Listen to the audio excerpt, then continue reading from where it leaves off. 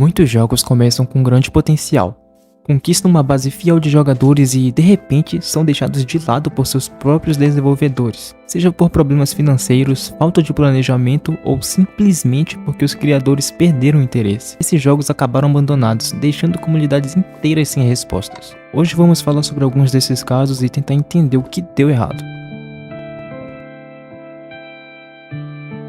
Um dos exemplos mais marcantes é Cube World.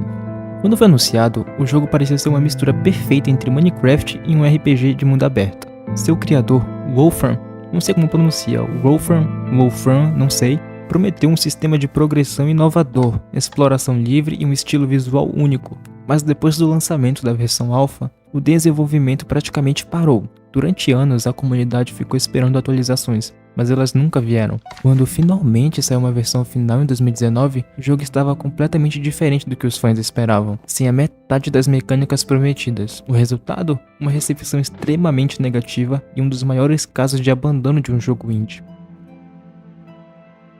Outro exemplo famoso é o No Man's Sky, que apesar de ter se recuperado, passou um bom tempo sendo tratado como um jogo abandonado. Quando foi lançado em 2016, ele prometia um universo infinito cheio de possibilidades e um multiplayer dinâmico, mas o que os jogadores receberam foi um jogo vazio, sem muitas das funcionalidades anunciadas. Por um tempo, a Hello Games sumiu, sem dar muitas explicações. A diferença aqui é que, anos depois, a empresa voltou a trabalhar no jogo e conseguiu reverter a situação, transformando No Man's Sky um dos maiores exemplos de redenção na indústria. Mas nem todos os jogos tiveram a mesma sorte.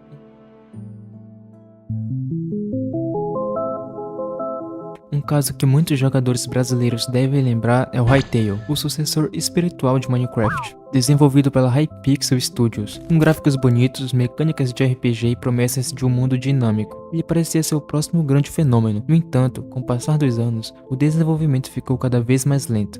A equipe foi adquirida pela Riot Games e, desde então, praticamente não há mais notícias concretas sobre o lançamento. A comunidade está cada vez mais desanimada e muitos acreditam que o jogo já foi abandonado antes mesmo de ser lançado. Mas talvez um dos casos mais tristes seja o APB, All Points Bulletin. Criado para ser um GTA Online, o jogo teve um desenvolvimento problemático e, poucos meses após o lançamento, os servidores foram desligados porque a empresa simplesmente faliu. Anos depois, ele foi revivido por outra publisher, mas nunca conseguiu recuperar seu brilho original.